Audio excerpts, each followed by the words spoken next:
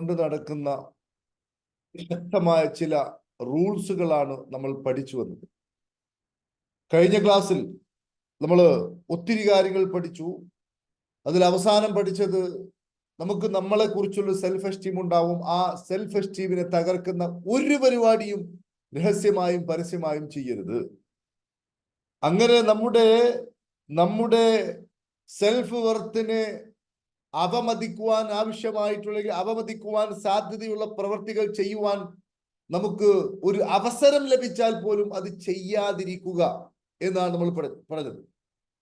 അതായത് പരസ്യമായിട്ട് നമ്മൾ നല്ല ആളും രഹസ്യമായി നമ്മളൊരു ഒരു മോശപ്പെട്ട ആളുമായി കഴിഞ്ഞാൽ അത് ആത്യന്തികമായി നിങ്ങളുടെ അകത്തുള്ളത് ഒരു കാലത്ത് പുറത്തോട്ട് വരും എന്ന് നമ്മൾ ഇന്നലെ പഠിച്ചു. അപ്പോൾ പ്രിയപ്പെട്ട സുഹൃത്തുക്കളെ, അതുകൊണ്ട് എല്ലാ സമയത്തും നമ്മുടെ സെൽഫ് റെസ്പെക്ട് അല്ലെങ്കിൽ നമ്മുടെ സെൽഫ് എസ്റ്റീം അത് ഉയർത്തി തന്നെ നിൽക്കണം. നമ്മൾ രഹസ്യമായി ഏതെങ്കിലും രൂപത്തിലുള്ള കാര്യങ്ങൾ ചെയ്താലും നമുക്ക് നമ്മളോടുള്ള മതിപ്പ് ഇല്ലാതെയാകും. ഞാൻ ഇത്തരക്കാരനാണ് എന്ന ഒരു അകത്ത് നിന്നുള്ള ഒരു കോള്, ഒരു ചിന്ത, ഒരു ത്വര നമ്മളോട്ട് വരും. അത് തീർച്ചയായിട്ടും പുറത്ത് പ്രതിഫലിക്കും എന്ന് നമ്മൾ പഠിച്ചു. അതുകൊണ്ട് എപ്പോഴും സ്റ്റാൻഡേർഡ് ഉള്ള പ്രവൃത്തി മാത്രം ചെയ്യുക. നമ്മുടെ സ്റ്റാൻഡേർഡ് വിട്ട് കളിക്കരുത്. അത് പ്രത്യക്ഷത്തിലും കളിക്കരുത്, രഹസ്യമായും കളിക്കരുത്. ഇനി നമ്മൾ ഇന്ന് പറയാൻ പോകുന്ന അടുത്ത ഒരു കാര്യം എന്താണ് എന്ന് ചോദിക്കുകയാണെങ്കിൽ ശരിക്കും ശ്രദ്ധിക്കണം. ജീവിതത്തിൽ വിജയിച്ച മുഴുവൻ ആളുകളും അവരുടെ ജീവിതത്തിൽ കൊണ്ടു നടന്ന കാര്യമാണ് ഞാൻ പറയുന്നത്. അതായത്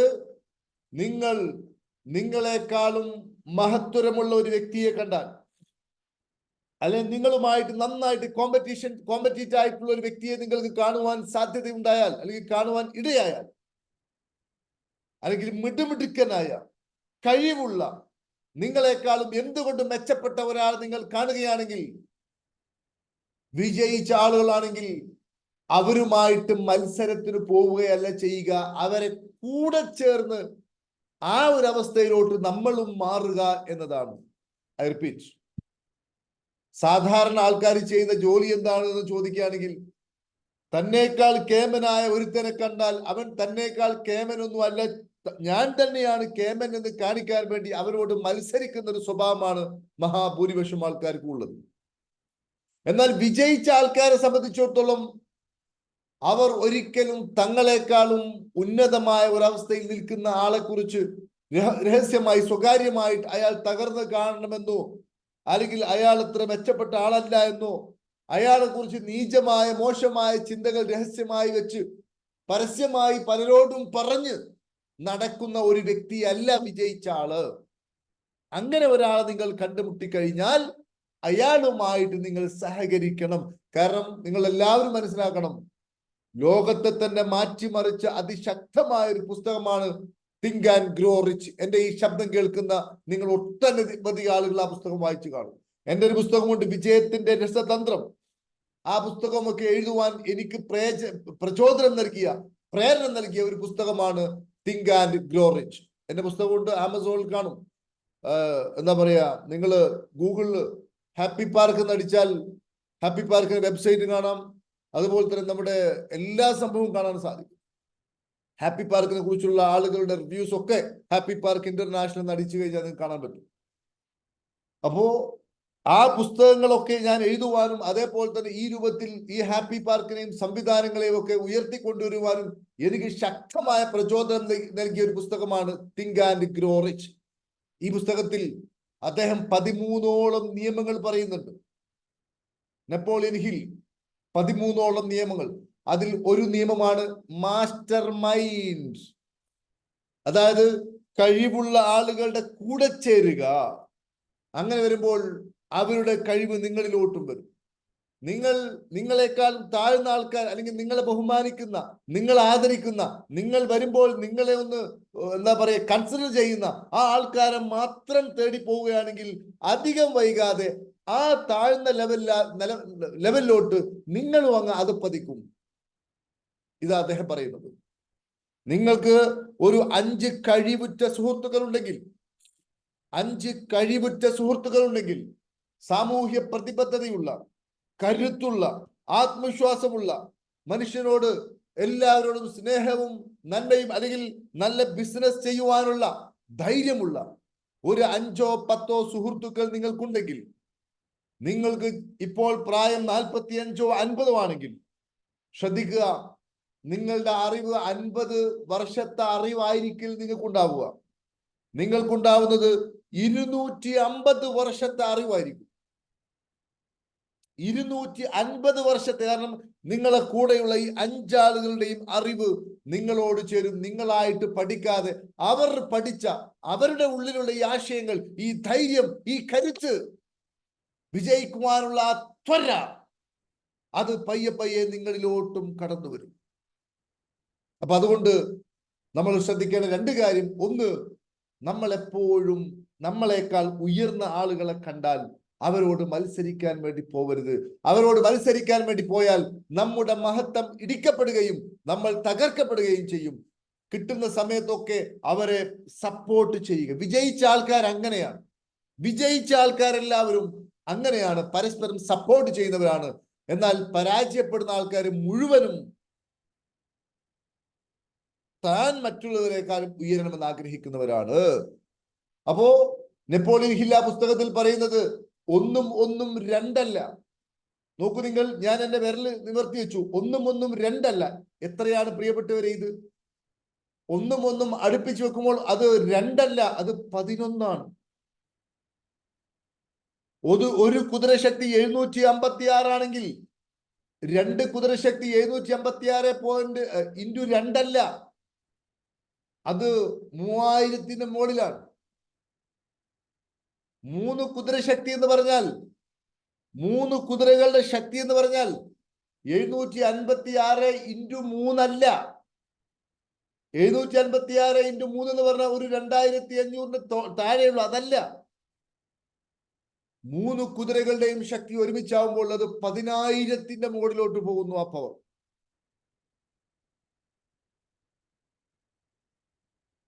3 കരുത്തുറ്റ ആൾക്കാരുടെ കൂടെ നിങ്ങൾ ചേരുമ്പോൾ അവിടെ 3 അല്ല, 111 ആണ്. 4 കരുത്തുറ്റ ആൾക്കാരുടെ കൂടെ, വൈബ് ഉയർന്ന ആൾക്കാരുടെ കൂടെ ചേരുമ്പോൾ അവിടെ 4 അല്ല, 1011 ആണ്. 1111 ആണ്. മനസ്സിലായോ? അതുകൊണ്ട് നമ്മൾ ശ്രദ്ധിക്കേണ്ടത്, always respect A better person than you. നമ്മളെക്കാളും റെസ്പെക്റ്റ് ആയ ആൾക്കാരെ ബഹുമാനിക്കുമ്പോഴേ അവരെ കൂടെ ചേരുവാനുള്ള ഒരു വൈബ് നമ്മിൽ ഉള്ളരും. അതുകൊണ്ടാണ് ഹാപ്പി പാർക്ക് 2025 ഈ മെഡിറ്റേഷൻ ക്ലബ് എന്ന് പറയുന്ന ഈ ഒരു കൂട്ടായ്മയുടെ പേര് തന്നെ നമ്മൾ മാറ്റാൻ വേണ്ടി പോവുകയാണ്. അതിനെ പേര് മാറ്റിയിട്ട് പുതിയൊരു രൂപത്തിൽ, പുതിയൊരു അവസ്ഥയിൽ, അതായത് റിച്ച് വൈബ് ക്ലബ്, അതിന്റെ ഒരു ഡിക്ലറേഷൻ ഈ വരുന്ന ഡിസംബർ 17-ാം തീയതി നമ്മൾ ദുബായിൽ വെച്ച് നടത്തുന്നുണ്ട്. ദുബായിലെ ബുർജ് ഖലീഫയിൽ വെച്ച് അത് നടത്തുവാൻ വേണ്ടി നമ്മൾ തീരുമാനിച്ചിട്ടുണ്ട്. അവിടെ വെച്ച് നമ്മൾ ഇതിന് പേരിടുന്നത് റിച്ച് വൈബ് ക്ലബ്. അതായത് റിച്ച് ആയിട്ടുള്ള വൈബുള്ള ആളുകളുടെ ഒരു കൂട്ടായ്മ. നിങ്ങൾ ആരെ കൂടെ ചേരുന്നോ അവരായി നിങ്ങൾ പതുക്കെ പതുക്കെ വരും. അതുകൊണ്ടാണ് നമ്മൾ ഈ കവലകളിലും, ഞാൻ ചോദിക്കട്ടെ പ്രിയപ്പെട്ടവരെ, ഈ ട്രഷർ കോഴ്സും EFT ഒക്കെ പഠിച്ച ആൾക്കാരായതുകൊണ്ട് നിങ്ങൾക്കിപ്പോൾ ആർക്കെങ്കിലും പറയാം, പഴയതുപോലെ യാതൊരു ലക്ഷ്യബോധവും ഇല്ലാതെ വെറുതെ സമയം കളയുവാൻ തോന്നുന്നുണ്ടോ? അല്ലെങ്കിൽ നിലവാരം കുറഞ്ഞ രൂപത്തിൽ സംസാരിച്ചിരിക്കുവാൻ, ഒരു ഉപകാരവുമില്ലാത്ത ടോക്കിൽ ഏർപ്പെട്ട് ഒരു തരത്തിലും സമയം കളയുവാൻ നിങ്ങൾക്കിപ്പോൾ സാധിക്കുന്നുണ്ടോ? ഇല്ലേ? Please type yes or no. ട്രഷറിലും അതുപോലെ തന്നെ വലിയ വലിയ ഈ രൂപത്തിലുള്ള അതിശക്തമായ നോളജുകൾ ലഭിച്ച് അതിശക്തമായ പരിശീലനത്തിലൂടെ കടന്നു പോകുന്ന ഒരു വ്യക്തിക്ക് വെറുതെ സമയം കളയുവാൻ ഇപ്പോൾ സാധിക്കുന്നുണ്ടോ? Yes or no. Please please please say. ഞാൻ വേണമെങ്കിൽ ഒന്ന് മൈക്ക് ഓൺ ആക്കാം, എല്ലാവരും ഒന്ന് കേൾക്കട്ടെ. നിങ്ങൾക്കിപ്പോൾ മുമ്പത്തെ പോലെ വെറുതെ സമയം കളയുവാൻ തോന്നുന്നുണ്ടോ? Please say yes or no.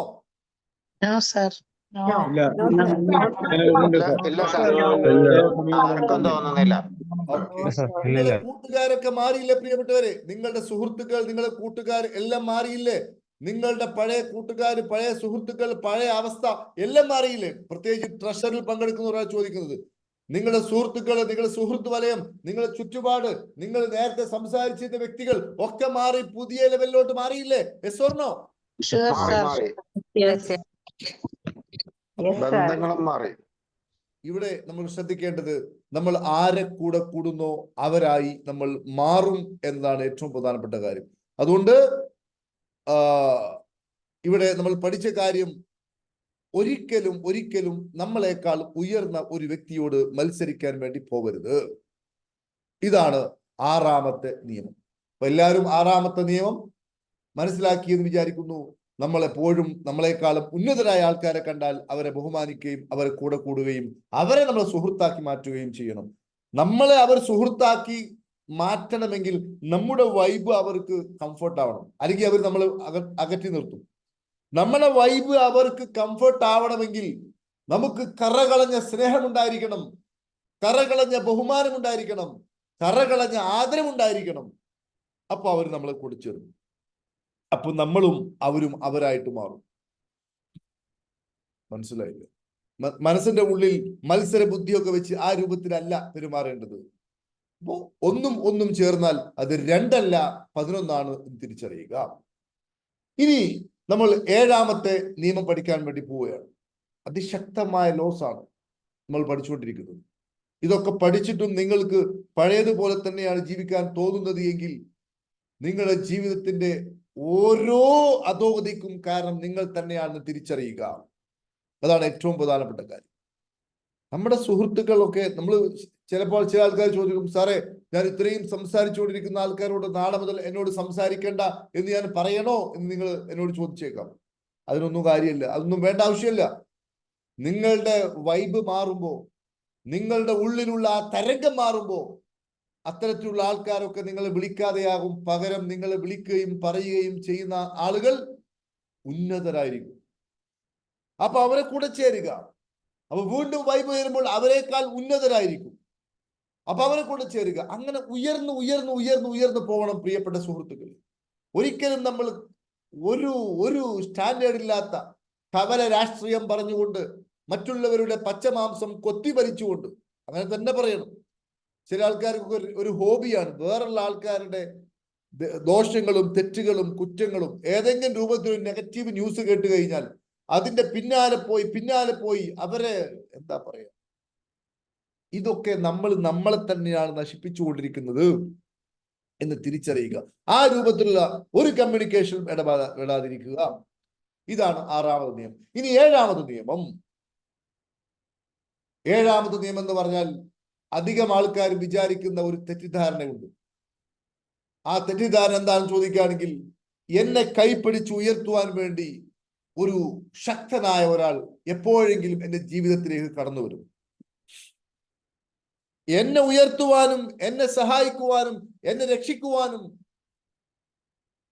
എനിക്ക് വേണ്ട നിർദ്ദേശങ്ങൾ നൽകുവാനും എനിക്ക് ആവശ്യമായ പണം സമ്പാദിക്കുവാനുള്ള വഴികൾ പറഞ്ഞു തരുവാനും ഒരു മസീഹ് എന്റെ ലൈഫിലോട്ട് വരും എന്ന് ചിന്തിക്കുന്ന ആൾക്കാരുണ്ട്. എന്നാൽ പ്രിയപ്പെട്ട സുഹൃത്തുക്കളെ, അവരെല്ലാം മനസ്സിലാക്കേണ്ട ഒരു കാര്യം, വിജയിച്ച മുഴുവൻ ആൾക്കാർ മനസ്സിലാക്കിയ കാര്യം, സ്വന്തം വഴി സ്വന്തം വെട്ടിത്തെളിയിക്കേണ്ടതുണ്ട്. നിങ്ങളുടെ ജീവിതത്തിന്റെ മുഴുവൻ ഉത്തരവാദിത്തവും നിങ്ങളുടെ മാത്രം കൈകളിലാണ്. നിങ്ങളുടെ മാത്രം കൈകളിലാണ്. വേറെ ഒരാൾക്കും അതിൽ യാതൊരു ഉത്തരവാദിത്വമോ ഇല്ല. ഒരു കാലത്തും നിങ്ങൾ വിചാരിക്കുന്ന പോലെ നിങ്ങളെ ഗൈഡ് ചെയ്ത് കൈ പിടിച്ച് ഉയർത്തി കൊണ്ടുവരുവാനുള്ള ഒരാൾ പുറത്തുനിന്ന് വരുമെന്ന് നിങ്ങൾ വിചാരിക്കരുത്. അത് തെറ്റാണ്. നിങ്ങളുടെ ബിസിനസ് ഇന്ന് ഈ അവസ്ഥയിൽ ആയത് അത് നിങ്ങളുടെ മാത്രം ചിന്താഗതിയും കാഴ്ചപ്പാടും അറിവ് കുറവും കൊണ്ട് മാത്രമാണ്. നിങ്ങൾ ഇന്ന് അമിതമായി തടിച്ച ഒരു വ്യക്തിയാണെങ്കിൽ, നിങ്ങൾ ഇന്ന് ഒരു മെലിഞ്ഞ വ്യക്തിയാണെങ്കിൽ, നിങ്ങൾ കുടുംബത്തിൽ സന്തോഷത്തോടെ ജീവിക്കുന്ന ഒരു വ്യക്തിയാണെങ്കിൽ, നിങ്ങൾ കുടുംബത്തിൽ അങ്ങേയറ്റം പ്രതിസന്ധി ജീവിക്കുന്ന ഒരു വ്യക്തിയാണെങ്കിൽ, നിങ്ങൾ സാമ്പത്തികമായി പാപ്പരാണെങ്കിൽ, സാമ്പത്തികമായി റിച്ച് ആണെങ്കിൽ, എല്ലാം അത് നിങ്ങളുടെ മാത്രം ഉത്തരവാദിത്വത്തിന്റെ ഭാഗമായിട്ടാണ് വന്നത്.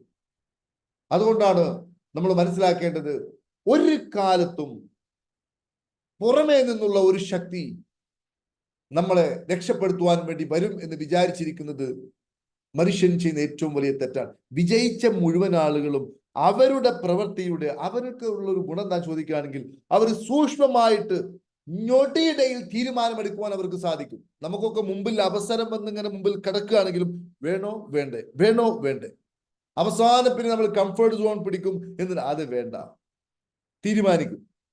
പക്ഷെ അവരതല്ല. വിജയിച്ച ആളുകൾ ഉടനെ തീരുമാനമെടുക്കും. ആ തീരുമാനമാണ് അവരെ ജീവിതത്തിൽ വിജയിപ്പിക്കുന്നത്. പോസിറ്റീവായ തീരുമാനങ്ങളാണ് അവരെ ജീവിതത്തിൽ വിജയിപ്പിക്കുന്നത്. അതുകൊണ്ട് പ്രിയപ്പെട്ട സുഹൃത്തുക്കളെ, അവർ എടുത്ത തീരുമാനം അവരുടെ ഉത്തരവാദിത്വത്തിൽ, ആ എടുത്ത തീരുമാനത്തിൽ അവർ ഉറച്ചിരിക്കും. അതിന് തങ്ങൾ തന്നെയാണ് അതിന് ഉത്തരവാദി എന്ന് അവർ ഉറപ്പിച്ചു പറയുകയും ഉറപ്പിച്ച് വിശ്വസിക്കുകയും ചെയ്യും. എന്നാൽ പരാജയപ്പെടുന്ന ആൾക്കാരാണെങ്കിൽ ഒരിക്കലും അവർ അവരുടെ കർമ്മത്തിന്റെയോ ചിന്തയുടെയോ അവരുടെ പ്രവൃത്തിയുടെയോ തീരുമാനത്തിന്റെ ഉത്തരവാദിത്വം സ്വയം ഏറ്റെടുക്കുവാൻ അവർ സന്നദ്ധരാവില്ല. എന്തെങ്കിലും പ്രശ്നമുണ്ടെങ്കിൽ അവരിങ്ങനെ അവരങ്ങനെ ആയതുകൊണ്ട്, ഇവൻ ഇങ്ങനെ ആയതുകൊണ്ട്, മനസ്സിലായില്ല, ആ സമയത്ത് ഞാൻ ആ രീതിയിലായിപ്പോയി, ഈ രീതിയിലായിപ്പോയി എന്നൊക്കെ പറഞ്ഞുകൊണ്ടിരിക്കും. അതുകൊണ്ട് തിരിച്ചറിയുക, നമ്മളെ രക്ഷപ്പെടുത്തുവാനും നമ്മളെ സഹായിക്കുവാനും ഒരു കാലത്തും ഒരാളും വരില്ല. അത് ഞാൻ ഒരു 1000 വട്ടം ഹാപ്പി പാർക്കിന്റെ ഈ പ്ലാറ്റ്ഫോമിൽ പറഞ്ഞിട്ടുണ്ട്. സ്വന്തം വഴി സ്വന്തം വെട്ടിത്തെളിക്കുമ്പോൾ പ്രപഞ്ച ശക്തി ഇടപെട്ട് നിങ്ങൾക്ക് സഹായം നൽകും. നമ്മൾ ഉയർന്നു പോകും. സ്വന്തം വഴി സ്വന്തം വെട്ടി തെളിയിക്കണം. അപ്പം സഹായിക്കുവാൻ ഒരുപാട് ആൾക്കാർ വരും. എന്നാൽ ഈ ഒരു ചിന്തയുമായിട്ട് ഏതെങ്കിലും ഒരു ദിവസം ഒരാൾ വന്ന് എന്നെ കൈപിടിച്ച് ഉയർത്തുമെന്ന് ചിന്തിച്ചുകൊണ്ട് ഒന്നും ചെയ്യാതെ നിസ്സഹനായിട്ട് അല്ലെങ്കിൽ നിഷ്ക്രിയനായി നിൽക്കുന്ന ഒരാളെ സംബന്ധിച്ചിടത്തോളം അങ്ങനെ ഒരു വരവില്ല. എന്നാൽ ലക്ഷ്യം സെറ്റ് ചെയ്ത്, അതാണ് ഈ ട്രഷറൊക്കെ പങ്കെടുത്ത ആൾക്കാർക്ക് അറിയാം, കൃത്യമായ രൂപത്തിൽ മുന്നോട്ട് പോകുമ്പോൾ, നമ്മുടെ തന്നെ ഉത്തരവാദിത്തത്തോടു കൂടി തീരുമാനമെടുക്കുമ്പോൾ, പ്രവർത്തിച്ച് മുന്നോട്ട് പോകുമ്പോൾ ഒരുപക്ഷെ ഒരുപാട് കരങ്ങൾ നമ്മളെ സപ്പോർട്ട് ചെയ്യുവാനും സഹായിക്കുവാനും വരും. അതിന് കാരണം നമ്മൾ തന്നെയാണ്. നമ്മളെ സപ്പോർട്ട് ചെയ്യുവാൻ ശക്തമായ കരങ്ങൾ നമ്മുടെ അടുത്തോട്ട് വരാൻ കാരണം നമ്മൾ തന്നെയാണ്. നമ്മളെ സഹായിക്കാൻ വരാത്തതിന് കാരണവും നമ്മൾ തന്നെയാണ്. അതുകൊണ്ട് are you ready to take the responsibility of your life? നിങ്ങളുടെ ജീവിതത്തിൽ ഇന്നത്തെ അവസ്ഥക്ക് കാരണം 100% നിങ്ങൾ തന്നെയാണ് എന്ന ആ 100% ഉത്തരവാദിത്തം ഏറ്റെടുക്കാൻ എത്ര പേർ റെഡിയാണ്? Please type yes or no. Please type. ചില ആൾക്കാരൊന്നും ടൈപ്പ് പോലും ചെയ്യൂല. ടൈപ്പ് ചെയ്യൂ. ടൈപ്പ് ചെയ്യുന്ന സമയത്താണ് നിങ്ങളുടെ സബ് കോൺഷ്യസ് മൈൻഡ് അത് മനസ്സിലാക്കുന്നത്. മനസ്സിലായോ? Please type, please type. That is what the reality. That is what the reality, my dear friends. Your current situation and your current income, your current position, your current mental status, എല്ലാം നിങ്ങളുടെ ഉത്തരവാദിത്വത്തിലാണ്. ഇതാണ് 7ാമത്തെ നിയമം. എല്ലാവർക്കും ഞാൻ നന്ദി അറിയിക്കുകയാണ്. ഒരുപാട് ആളുകൾ ടൈപ്പ് ചെയ്യുന്നുണ്ട്. അങ്ങനെയുള്ള ഒരു സമൂഹത്തെ സൃഷ്ടിക്കുക എന്നതാണ് പ്രിയപ്പെട്ട സുഹൃത്തുക്കളെ നമ്മുടെ ലക്ഷ്യമാവേണ്ടത്. മനസ്സിലായില്ലേ? അതാണ് ഏറ്റവും പ്രധാനപ്പെട്ട കാര്യം. നമ്മുടെ ശ്രീബുദ്ധൻ ഒരുപാട് കാലം തപസ്സിരുന്നു. എന്താണ് മനുഷ്യന്റെ ദുഃഖം, എന്താണ് മനുഷ്യന്റെ പ്രശ്നങ്ങൾക്ക് കാരണം, ഇത് അന്വേഷിച്ചുകൊണ്ട് ഒരുപാട് കാലം തപസ്സിരുന്ന് അദ്ദേഹത്തിന് ഒന്നും മനസ്സിലായില്ല. അവസാനം 56 ദിവസം കഠിനമായി ഭക്ഷണം പോലും കഴിക്കാതെ തപസ്സിരിക്കാൻ വേണ്ടി പുള്ളിക്കാരൻ തീരുമാനിച്ചു. അദ്ദേഹം തളർന്നു വീണു. വിശപ്പ് സഹിക്കാൻ വയ്യാതെ തളർന്നു വീണപ്പോ ഒരു സുജാത എന്ന് പറയുന്ന ഒരു ലേഡി അദ്ദേഹത്തിന്റെ അടുത്ത് വരികയും അദ്ദേഹത്തിന് ഭക്ഷണം കൊടുക്കുകയും ചെയ്തപ്പോൾ അദ്ദേഹം മനസ്സിലാക്കി, ഭക്ഷണവും വെള്ളവും ഒന്നും കുടിക്കാതെ ഈ രൂപത്തിൽ സത്യം കണ്ടെത്താൻ സാധ്യമല്ല. അദ്ദേഹം നന്നായി ഭക്ഷണം കഴിച്ചു, ശരീരത്തെ പോഷിപ്പിച്ചു. അതിനുശേഷം തന്റെ തന്നെ അകത്തിലേക്ക് നോക്കി 56ാമത്തെ ദിവസം ബോധി വൃക്ഷത്തിന്റെ ചുവട്ടിൽ നിന്നും അദ്ദേഹത്തിന് ബോധോദയം ലഭിച്ചു. അദ്ദേഹം ലഭിച്ച ബോധോദയത്തിന് ശേഷം പിന്നീട് അദ്ദേഹത്തിന് ഒരിക്കലും സംശയം ഉണ്ടായിരുന്നില്ല.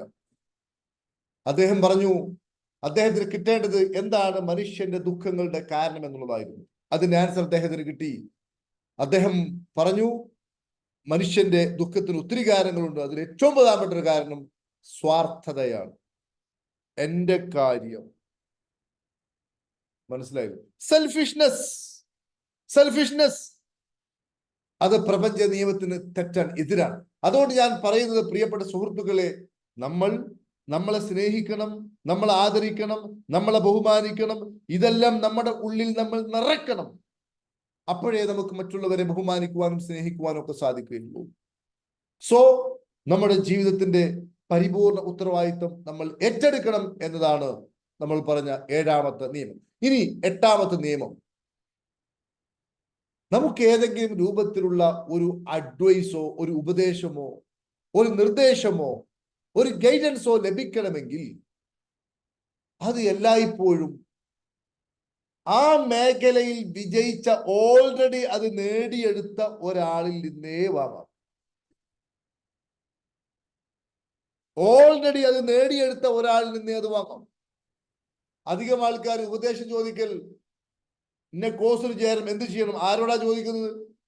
+2 കൊമേഴ്സ് എടുത്തിട്ട് ഏതോ ഒരു അക്കൗണ്ടിങ്ങിന് പോകുന്ന ഒരു പയ്യനോട് ചോദിക്കാണ്ട് ഞാനിപ്പോ MBBS പോയാൽ എങ്ങനെ ഉണ്ടാവും? MBBS പഠിച്ചത് പാസ്സായവനോട് ചോദിക്കുക. എക്സ്പേർട്ടിൽ നിന്ന് മാത്രമേ ഹെൽപ്പ് സ്വീകരിക്കാവൂ. Seek help from only expertised person. അല്ലെങ്കിൽ ആ കാര്യം ആദ്യമേ നേടിയ ആൾക്കാരോട് ചോദിക്കാം. ചില ആൾക്കാർക്കൊക്കെ എന്തെങ്കിലും ഒരു ഡൗട്ട്സ് ഉണ്ടെങ്കിൽ, നാട്ടിലൊരു കാര്യം പറയാറുണ്ട്, ഈ കോഴി മുട്ടയിട്ട പോലെ അത് എല്ലാവരോടും ചോദിക്കും, 100,000 ആൾക്കാരോട് ചോദിക്കും. ഈ ചോദിക്കുന്ന ആൾക്കാർ ഇത് നേടിയെടുത്തുള്ളൂ. ചില ആൾക്കാർ ഇനി നേടിയെടുത്തിട്ടുണ്ടാവില്ല, അവർക്കിത് പറ്റിയിട്ടുണ്ടാവില്ല, അവർ ഉപദേശിക്കാൻ വേണ്ടിയിരിക്കും. അങ്ങനെയൊന്നും അല്ല ചെയ്യേണ്ടത്. ഓൾറെഡി ഇപ്പൊ ഉദാഹരണമായിട്ട് ദുബായിൽ, എന്താണ് ദുബായിലെ അവസ്ഥ? ദുബായിൽ ഓൾറെഡി പോയ ആളോട് ചോദിക്കണം. അമേരിക്കയിൽ എന്താണ് അവസ്ഥ? ഓൾറെഡി അവിടെ പോയ ആൾക്കാരോട് ചോദിക്കണം. ഒരിക്കലും കുഞ്ഞു മനസ്സുള്ള, ഉദാഹരണമായി നിങ്ങൾ പറയാണ്, ഞാന് ഇങ്ങനെ എന്താ പറയാ, ഇത്രയും ലക്ഷ്യങ്ങളൊക്കെ വെച്ചിട്ടുണ്ട്, എനിക്ക് ദുബായിൽ പോകണം, എനിക്ക് അത് ചെയ്യണം, ഇത് ചെയ്യണം. ഇതൊക്കെ ആരോട് പറയുന്നു? നമ്മൾ ഒരു കുഞ്ഞു മനസ്സുള്ള, മൈൻഡ് സെറ്റ് ഉള്ള ഒരാളോട് പറയുന്നു. അതൊരു പക്ഷേ നമ്മുടെ മാതാപിതാക്കളും ആവാം. അവര് പറയും, പൊന്നുമോനെ, കൊക്കിലൊത്തുന്നേ കൊത്താവൂ, വലിയ വലിയ ഇങ്ങനെയുള്ള കാര്യങ്ങളെ കുറിച്ച് ചിന്തിക്കരുത്, ഇതൊന്നും നമുക്ക് പറഞ്ഞതല്ല. മനസ്സിലായില്ലേ? അപ്പൊ അതുകൊണ്ട് എപ്പോഴും ശ്രദ്ധിക്കുക, ചെറിയ മനസ്സുള്ള, സ്മോൾ മൈൻഡ് സെറ്റ് ഉള്ള വ്യക്തികളോട് ഉപദേശം തേടാതിരിക്കുക, അവരോട് ഹെൽപ്പ് സ്വീകരിക്കാതിരിക്കുക.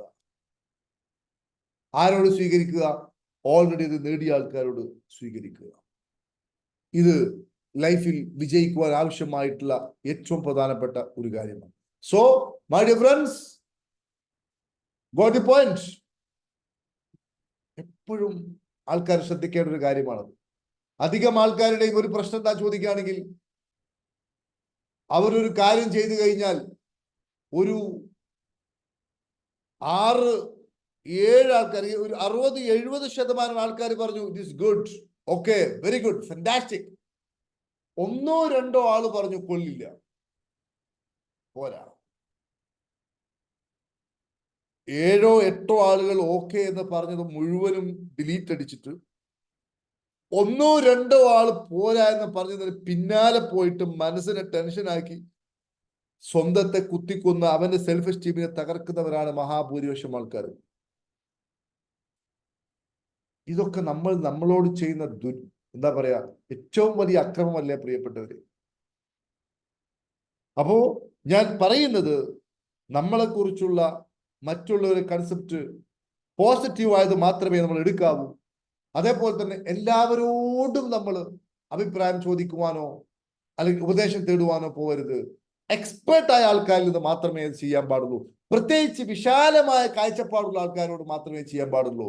കാരണം നിങ്ങൾ പറയുന്ന കാര്യം ഉൾക്കൊള്ളുവാനുള്ള കഴിവ് ഈ പറയപ്പെട്ട ആൾക്കാർക്ക് ഉണ്ടാവില്ല. പിന്നെ നമ്മൾ എന്തിനാണ് അവരോട് ആവശ്യമില്ലാത്ത ഉപദേശം തേടുന്നത്? സോ ഇതാണ് 9ാമത്തെ പോയിന്റ്. ഇനി 10ാമത്തെ പോയിന്റ് ശരിക്കും ശ്രദ്ധിക്കണം. ഇതെല്ലാം പരസ്പരം കണക്റ്റഡ് ആണ്. 10ാമത്തെ പോയിന്റ് എന്ന് പറഞ്ഞാൽ, ദിവസത്തിൽ നമുക്കിപ്പോ ഇപ്പോഴത്തെ സമയത്ത് എന്ന് പറഞ്ഞാൽ സോഷ്യൽ മീഡിയ സജീവമാണ്. പ്രത്യേകിച്ച് യൂട്യൂബ്, FB, റീൽസ്, ഇതിന്റെയൊക്കെ കാലമാണ്. ശ്രദ്ധിക്കുക, നിങ്ങളുടെ സമയത്തിന്റെ സിംഹഭാഗവും ഒരിക്കലും ഈ രൂപത്തിലുള്ള എന്റർടൈൻമെന്റ് പ്രോഗ്രാമിന് വേണ്ടി മാത്രം ചെലവഴിക്കരുത്. പൊളിറ്റിക്കൽ ട്രോളിംഗ്, അതുപോലെ തന്നെ ചില ആൾക്കാരെ പൊരിക്കുക, ചില ആൾക്കാരെ വിമർശിച്ച് കൊല്ലുക, മനസ്സിലായോ? ഈ രൂപത്തിലുള്ള പ്രോഗ്രാംസുകൾ, വീഡിയോ പ്രോഗ്രാംസുകൾ, ഈ രൂപത്തിലുള്ള റീൽസുകൾ, ഈ രൂപത്തിലുള്ള യൂട്യൂബ് ചാനലുകൾ, ഇതിന് ഒരിക്കലും പ്രാധാന്യം കൊടുക്കരുത്. നിങ്ങൾക്ക് തോന്നുന്നുണ്ടോ ഒരാളെ കുറിച്ച് നാട്ടുകാർ മുഴുവൻ മോശമായിട്ട് പറയുന്നു, ആ ആള് മോശമായ ഒരു വ്യക്തിയാണ് എന്ന് നിങ്ങൾക്ക് തോന്നുന്നുണ്ടോ? Please tell yes or no. ഒരാളെ കുറിച്ച് നാട്ടുകാരെല്ലാവരും അയാൾ ഒരു മോശപ്പെട്ട ആളാണെന്ന് പറയുന്നു. നാട്ടുകാർ പറയുന്നത് കൊണ്ട് ആ വ്യക്തി ഒരു മോശപ്പെട്ട ആളാണ് എന്ന് നിങ്ങൾക്ക് തോന്നുന്നുണ്ടോ? ഒരിക്കലുമല്ല. നാട്ടുകാർ പറയുന്നത് അയാളുടെ പ്രവൃത്തിയിൽ ഏതോ ഒന്ന് അതിനെ പിടിച്ചിട്ടാണ് അയാൾ മുഴുവൻ മോശമെന്ന് പറയുന്നത്.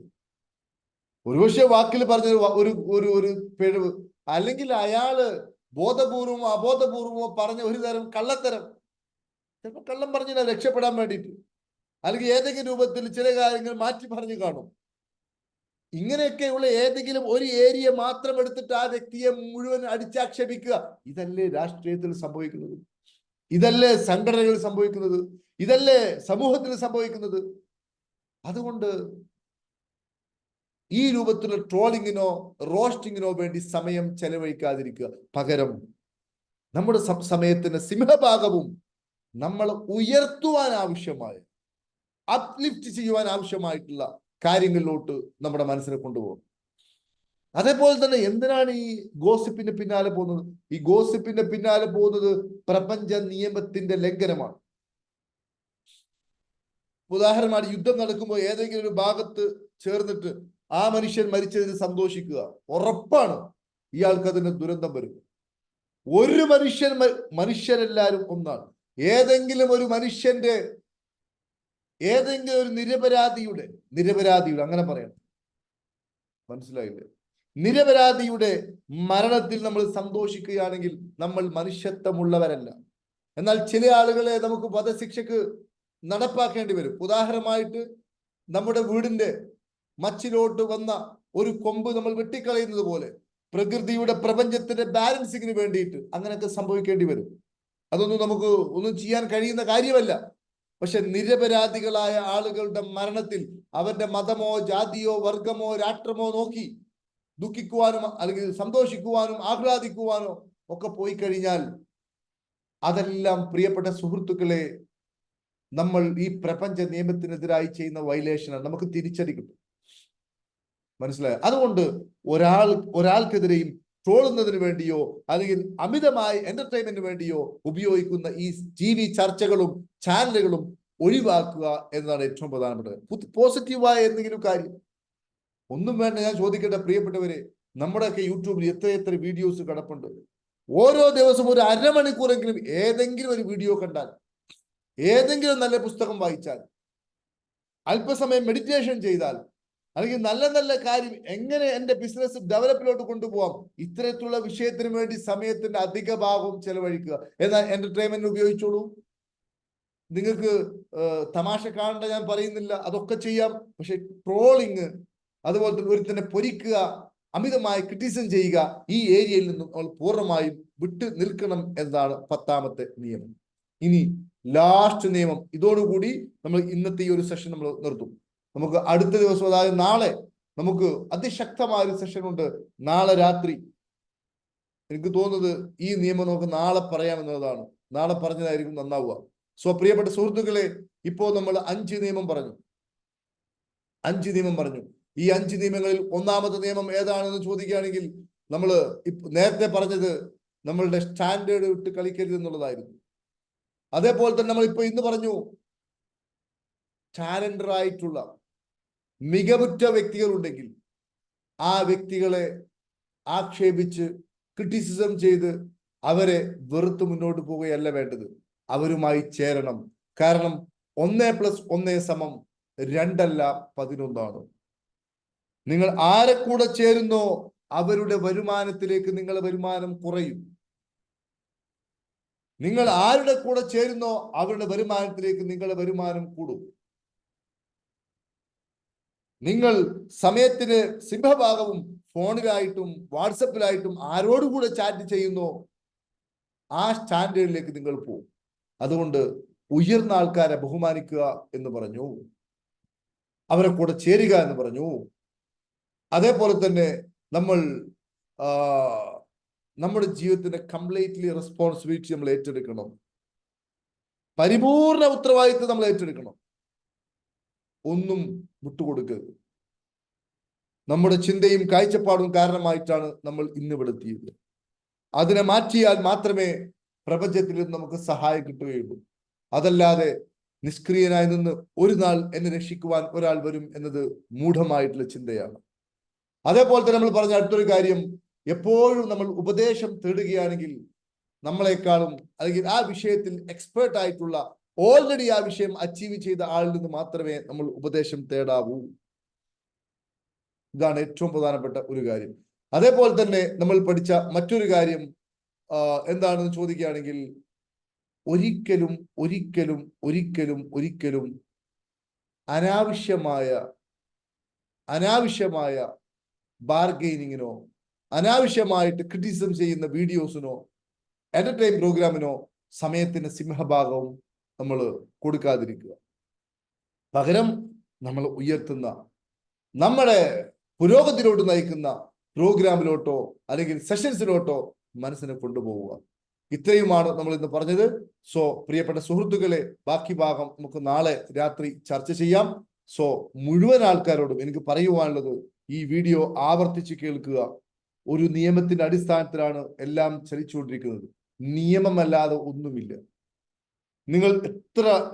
നിങ്ങളിപ്പോ ഒരു എന്താ പറയുക, ഒരു പോലീസ് സ്റ്റേഷനിൽ ഒരു പോലീസായിട്ട് ജോലി ചെയ്യാം. നിങ്ങൾ അവിടുത്തെ SI ആണ്, അല്ലെങ്കിൽ നിങ്ങൾ അവിടുത്തെ CI ആണ്.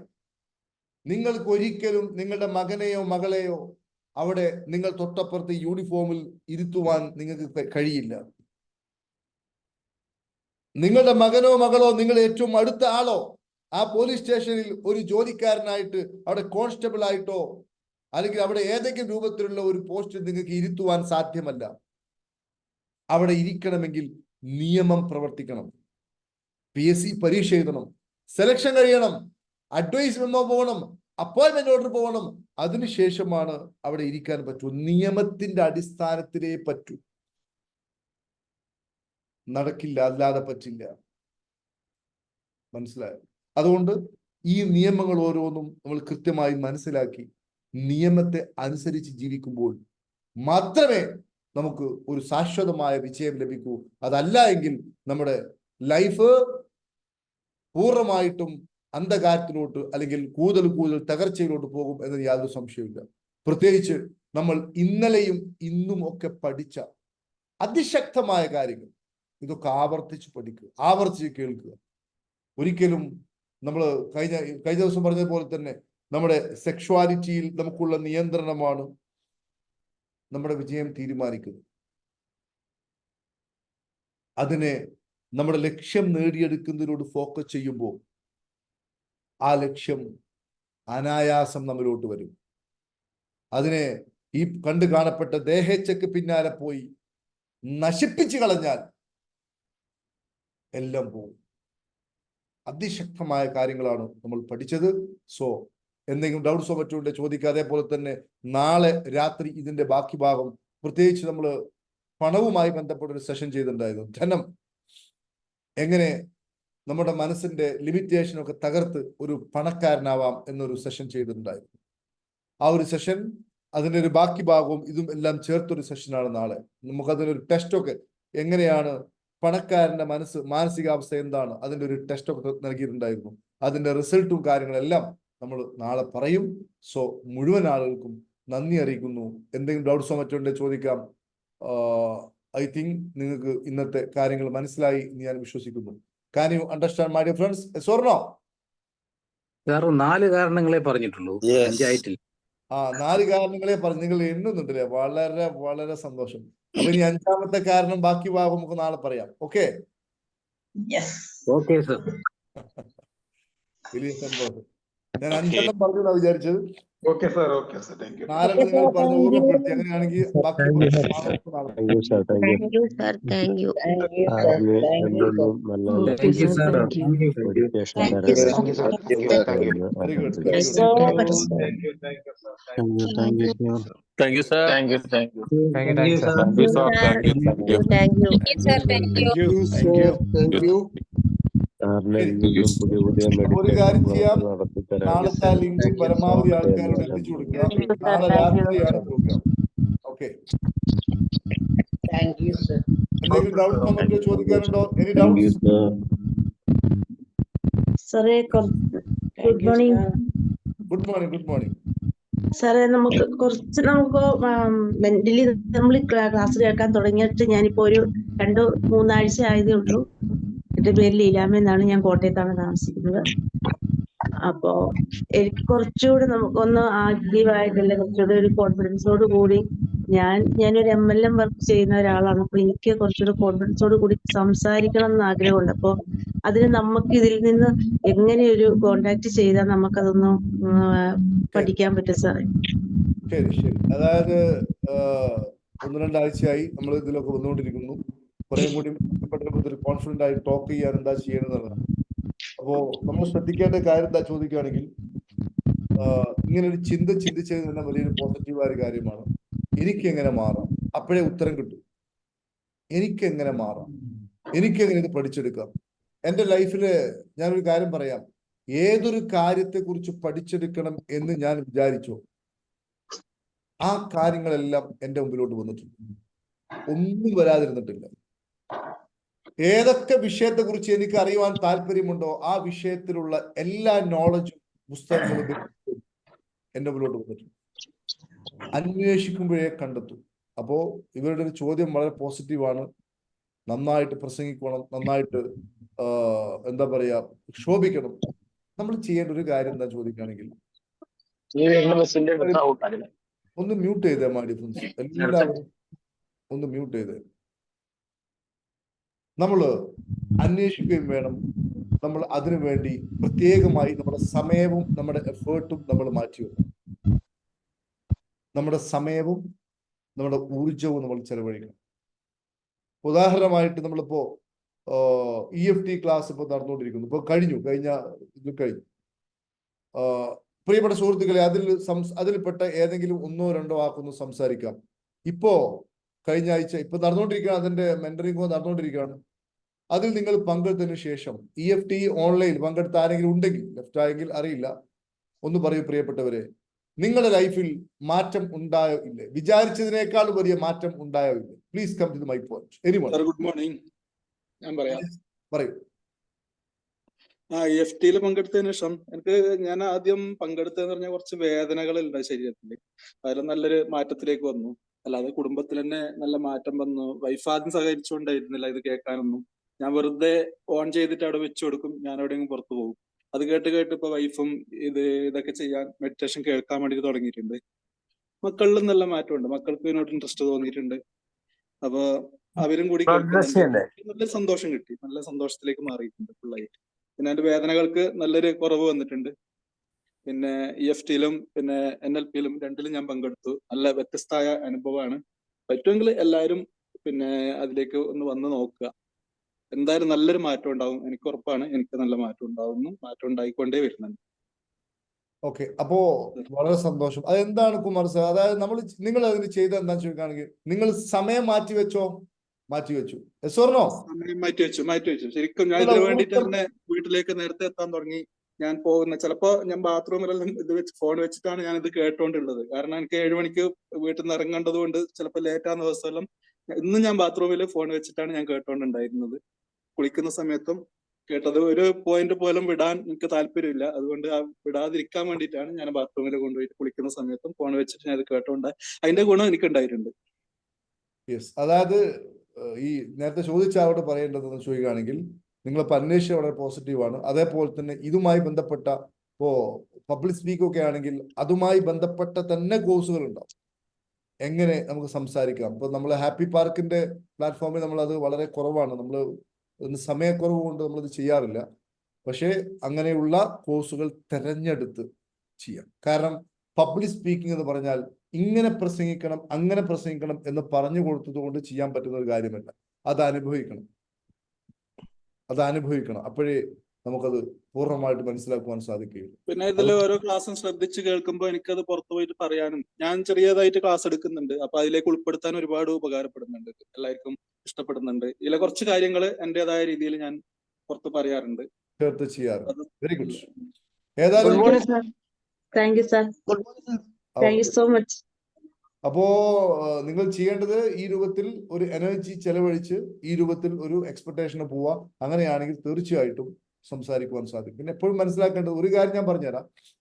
ഈ സംസാരിക്കുവാൻ മനുഷ്യനെ പിന്നോട്ട് നയിക്കുന്ന ഏറ്റവും പ്രധാനപ്പെട്ട കാര്യം പേടിയാണ്.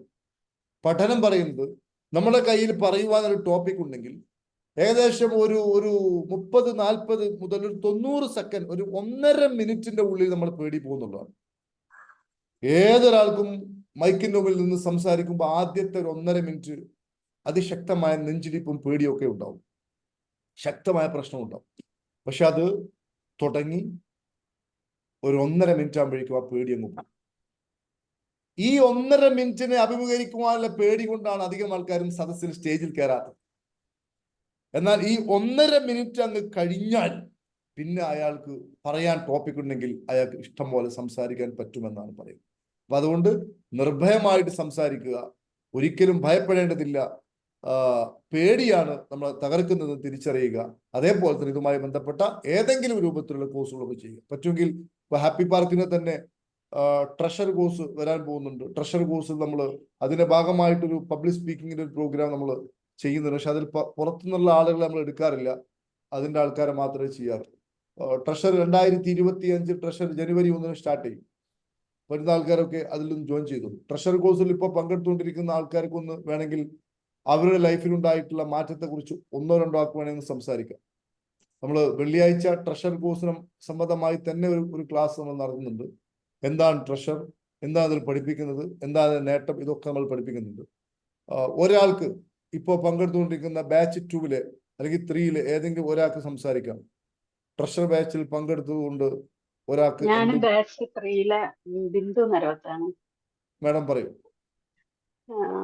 എന്ന് വെച്ചാല് ട്രഷറിൽ വന്നതിന് ശേഷം ഞാൻ വലിയ പ്രശ്നങ്ങൾ ഉണ്ടായിട്ട് വന്ന ആളല്ല. പക്ഷെ വന്നതിന് ശേഷമാണ് നമുക്ക് മനസ്സിലാവുന്നത് നമ്മുടെ ഓരോ ചിന്തയിലും ഈവൻ നമ്മളിപ്പോ ഞാൻ കാല് കഴുകുമ്പോ വരെ നമ്മളിങ്ങനെ ഏറ്റവും അധികം തലച്ചോറായിട്ട് നമ്മളെ ബന്ധിപ്പിക്കുന്നത് അകന്നിരിക്കുന്നോണ്ട് കാലാന്നുള്ള സാറിന്റെ വാക്ക്, അങ്ങനെ ഓരോ ഡേ ടു ഡേ റൊട്ടീനില് നമ്മൾ അങ്ങനെ ജാഗ്രത വന്നു എന്നുള്ളതാണ്. പിന്നെ എഴുതി വെച്ച 1-2 കാര്യങ്ങളൊക്കെ ഓക്കെയാണ്, നടന്നു. ഈ ബാക്കിയുള്ള കാര്യങ്ങളൂടി അതിന്റെ കൂട്ടത്തിൽ നടക്കുമെന്ന് ഞാൻ ഉറച്ചു വിശ്വസിക്കുന്നു. Thank you. ഓക്കെ, അതായത് ഇപ്പൊ തുടങ്ങിയിട്ടേ ഉള്ളൂ. അപ്പോഴാണ് ഈ ഒരു റിസൾട്ട് വന്നത്. അത് അതിശക്തമാണ്. അപ്പൊ അതിന് നമ്മൾ സമയവും എഫേർട്ടും എത്രത്തോളം, ഞാൻ ചോദിക്കട്ടെ, ഒരു ഡിഗ്രി എടുക്കുന്ന എഫേർട്ടാണ് ഒരു MBBS? അല്ല. ഒരു ഡിഗ്രി ആർക്കും എടുക്കുക. ഒരു BA എന്ന് പറഞ്ഞാൽ ഇപ്പോഴത്തെ കാലത്ത് BA എടുക്കുക എന്ന് പറഞ്ഞാൽ ഒന്നുമല്ല. പക്ഷെ MBBS എടുക്കുക എന്ന ഇച്ചിരി പണിയാണ്. ട്രഷർ എന്ന് പറഞ്ഞാൽ ഒരു MBBS ആണ്, ഒരു സംശയമില്ല. ബാക്കിയൊക്കെ ഡിഗ്രി ആണെങ്കിൽ ട്രഷർ MBBS ആണ്. അതുകൊണ്ടാണ് ഈ ഒരു മാറ്റം. നമുക്ക് അതുമായി ബന്ധപ്പെട്ട സെഷൻസ് അടുത്ത വെള്ളിയാഴ്ച നമ്മൾ ചെയ്യുന്നുണ്ട്. സോ മുഴുവൻ ആൾ നന്ദി അറിയിക്കുന്നു. ഇനി എന്തെങ്കിലും ഡൗട്ട്സ് മറ്റോ ഉണ്ടോ, അല്ലെങ്കിൽ നമുക്ക് ഇന്നത്തെ സെഷൻ വൈൻഡ് അപ്പ് ചെയ്യാം? ഒരു സംശയം ചോദിച്ചോട്ടെ? ഞാൻ പ്രകാശാണ്, പാലക്കാട് നിന്ന്. സാർ, എനിക്ക് ലക്ഷങ്ങളുടെ ബാധ്യതകളുണ്ട്. ഞാൻ അതിൽ ജീവിക്കുന്ന ഒരു മനുഷ്യനാണ്. പക്ഷെ എനിക്ക് ഒരു ദിവസത്തെ ആവശ്യത്തിന് വേണ്ടിയിട്ടുള്ള ഒരു 2000-3000 കിട്ടിക്കഴിഞ്ഞാൽ ഞാൻ ലക്ഷങ്ങളുടെ ആ ടെൻഷൻ മറക്കുകയാണ് സാർ. ആക്ച്വലി എനിക്കത് ആഗ്രഹമുണ്ട്, പക്ഷെ അത് നേടാൻ എനിക്ക് താല്പര്യമുണ്ട്. പക്ഷെ ഇതൊന്ന് കിട്ടിക്കഴിയുമ്പോൾ ഞാൻ സാറ്റിസ്ഫൈഡ് ആയി. അതിനോട് എനിക്ക് ഒരു എന്താ പറയാ, വിമുഖത കാണിക്കാൻ വലിയ മൈൻഡ് സെറ്റ്, കുഞ്ഞു മൈൻഡ് സെറ്റാണ്. ആ മൈൻഡ് സെറ്റ് മാറണം നമ്മൾ. അതായത് എന്താ പറയാ, നമുക്ക് ചില ആൾക്കാരെ കണ്ടില്ല നിങ്ങൾ, ലോട്ടറി അടിച്ചു കഴിഞ്ഞാൽ അവര് പൈസ കിട്ടും, പക്ഷെ കുറച്ച് കഴിഞ്ഞാൽ അവർ പാപ്പരാവും. വേറെ ചില ആൾക്കാരുണ്ട് ബിസിനസ്സിൽ അങ്ങ് തകർന്ന് തരിപ്പണമാവും, 10 പൈസ ഇല്ലാതെ കൊത്തുപോലെ എടുക്കും, ഫിനിക്സ് പക്ഷിയെ പോലെ തിരിച്ചു വരും. ഇത് രണ്ടും മൈൻഡ് സെറ്റാണ്. കാരണം വിജയിക്കുവാൻ മൈൻഡ് സെറ്റ് ഉള്ളവൻ തകർന്നാലും അവന്റെ മൈൻഡ് സെറ്റോട് അവൻ വിജയിക്കും. എന്താ പറയാ, തകർച്ചയുടെ മൈൻഡ് സെറ്റ് ഉള്ളവൻ അവൻ എത്ര വിജയിച്ചാലും അവൻ തകർച്ചയോട് തിരിച്ചു പോകും. അതുകൊണ്ട് വിജയത്തിന്റെ മൈൻഡ് സെറ്റ് ഉണ്ടാക്കണം. അതിനാണ് സാറ് ഇതുപോലുള്ള പറ്റുമെങ്കിൽ EFT പോലുള്ള കോഴ്സുകളോ കാര്യങ്ങളോ ഒക്കെ ചെയ്യുക. നിങ്ങളത് പറയുമ്പം നിങ്ങൾ വിചാരിക്കും എന്തുവാണത്. അങ്ങനെയുള്ളതൊക്കെ ചെയ്യുമ്പോൾ അതിൽ അനുഭവത്തിലൂടെയാണ് കടന്നു പോകുക. ഒരുപാട് അറിവ് നൽകുന്നതിലുപരിയായിട്ട് ഒരുപാട് അനുഭവത്തിലൂടെ. ഒരു സൈക്കിൾ ഓട്ടുന്നത് എങ്ങനെയാണെന്ന് നമുക്ക് പറഞ്ഞാൽ മനസ്സിലാവില്ല. It should be experience. അതിലൂടെ കടന്നു പോകും. എന്നിട്ട് നമ്മുടെ മനസ്സിന്റെ ബ്ലൂ പ്രിന്റ് മാറ്റുക. നമുക്ക് ഒരു ദിവസം ഒരു 5000 10,000 ഒക്കെ വരുമാനം ലഭിക്കുന്ന രൂപത്തിലോട്ട് നമ്മുടെ മൈൻഡ് സെറ്റ് മാറ്റുമ്പോൾ ഡെഫിനറ്റ്ലി നമുക്ക് ആ രൂപത്തിലോട്ട് മാറാൻ പറ്റും. പിന്നെ ട്രഷറൊക്കെ പങ്കെടുത്ത് അവസാനമാകുമ്പോഴേക്കും നമുക്ക് മനസ്സിലാവും പണത്തെക്കാളൊക്കെ വലിയ അമൂല്യമായത് നമുക്ക് കിട്ടും.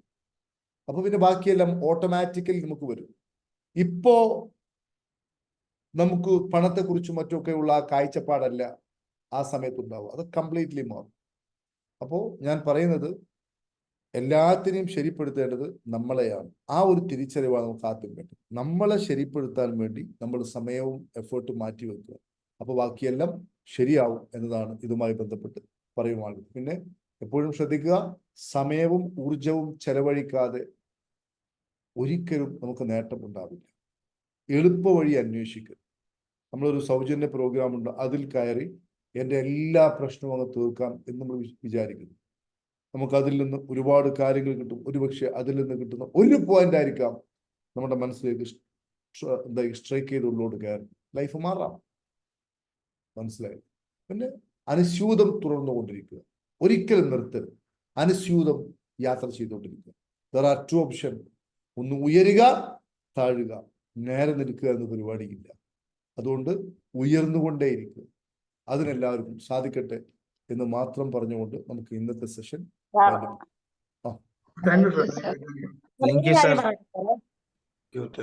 ആരും ചോദിച്ചോ? സാർ ഞാൻ മഞ്ജു സാറേ വൈക്കത്തുന്നേ. സാർ അന്ന് EFTക്ക് വന്നത് വരെ എന്റെ ഓഫീസിലെ ജോലിയൊക്കെ എപ്പോഴും പെൻഡിങ് ആയിരുന്നു. ഞാൻ ഇന്ന് സാറന്മാരുടെ ചീത്ത കേൾക്കുമായിരുന്നു കേട്ടോ. നമ്മുടെ EFTക്ക് ശേഷം ഇന്ന് വരെ എന്റെ ഓഫീസിലെ ജോലിയും പെൻഡിങ് ആയിട്ടില്ല. പിന്നെ അതിനുപരി സാറേ, നമ്മുടെ EFT പങ്കെടുക്കുന്നവരൊക്കെ നേരത്തെ പറഞ്ഞ് ഞാൻ കേട്ടിട്ടുണ്ട്, നമ്മൾ മനസ്സിൽ വിചാരിക്കുന്ന പല കാര്യങ്ങളും നടക്കുന്നുണ്ട്. എനിക്ക് അതിശയായിരുന്നു. പക്ഷേ ഇപ്പൊ ഞാൻ മനസ്സിൽ വിചാരിക്കുന്ന പല കാര്യങ്ങളും നടക്കും. നമ്മൾ ഓർക്കണ കാര്യം നമ്മുടെ കൺമുമ്പിൽ അപ്പൊ തന്നെ വന്ന് വിടും സാറേ. അതുപോലെ തന്നെ നല്ല നല്ല വ്യക്തികൾ, അതുപോലെ നമ്മുടെ ചിന്താരീതികൾ ഒരുപാട് മാറ്റം വന്നു. ഇപ്പൊ ശരിക്കും പറഞ്ഞാൽ ഞാൻ ആകാശത്തൂടെ പറന്നു നടക്കുന്ന ഒരു അവസ്ഥയാണ് സാറേ. എനിക്ക് സന്തോഷം കൊണ്ട് എന്താണെന്ന് അറിയത്തില്ല. ഏതവസ്ഥയിലും നമുക്ക് സന്തോഷിക്കാൻ പറ്റുന്നുണ്ട്. നേരത്തെ ഒരു സങ്കടമായിട്ട് എന്തെങ്കിലുമൊക്കെ വന്നു കഴിഞ്ഞാൽ ആരെങ്കിലും മുഖം മുറിച്ച ഭയങ്കര ഒരു വിഷമായിരുന്നു. ഇപ്പൊ ആ EFTക്ക് ശേഷമാണ്. അതിനു മുമ്പ് ഇത്ര മാറ്റം എനിക്കില്ലായിരുന്നു. EFTക്ക് നമ്മൾ വന്നതിന് ശേഷം നല്ല നല്ല വ്യക്തികൾ, നല്ല നല്ല ചിന്തകൾ, നല്ല നല്ല അനുഭവങ്ങൾ, എത്ര നെഗറ്റീവ് വന്നാലും അത് പിന്നെ അത് പോസിറ്റീവ് ആകും. ഭയങ്കര അതിശയം സാറേ. എനിക്കിനിയിപ്പോ ട്രഷറിലൊക്കെ പങ്കെടുക്കണം. ട്രഷറിൽ പിന്നെ കഴിഞ്ഞു, എല്ലാം കഴിഞ്ഞു. പിന്നെ അതിനപ്പുറമൊന്നുമില്ല. അത്രയും ഒരു ഡെപ്തിലോട്ട് നമ്മൾ പോകും. എല്ലാം നമുക്ക് നേടിയെടുക്കാൻ പറ്റും, ഒരു സംശയമില്ല. അപ്പൊ ഏറ്റവും വലിയ ധനം ഈ ഒരു സന്തോഷമാണെന്ന് തിരിച്ചറിഞ്ഞില്ലേ? നിങ്ങൾക്ക് ഒരുപാട് പണവും ഒരുപാട് പദവിയും നേരത്തെ ഉള്ള ആ മാനസികാവസ്ഥയാണെങ്കിൽ ഒരിക്കലും അത് ആസ്വദിക്കാൻ പറയും നല്ലൊരു പോസിറ്റീവ്. ശരി, നമുക്ക് മാസത്തിൽ 3 ലക്ഷം 4 ലക്ഷം സാലറി ഉണ്ട്. പക്ഷെ മനസ്സ് ഈ രൂപത്തിലാണ്. കഴിഞ്ഞു കഥ. അതുകൊണ്ട് ഒരു കാര്യമില്ല. ശരി, വളരെ വളരെ സന്തോഷം. മുഴുവൻ ആളുകൾക്കും നന്ദി അറിയിച്ചുകൊണ്ട് നമുക്ക് ഇന്നത്തെ സെഷൻ വൈൻഡപ്പ് ചെയ്യാം. സോ ഇതിന്റെ എല്ലാ ലിങ്കുകളും എല്ലാവർക്കും എത്തിച്ചു.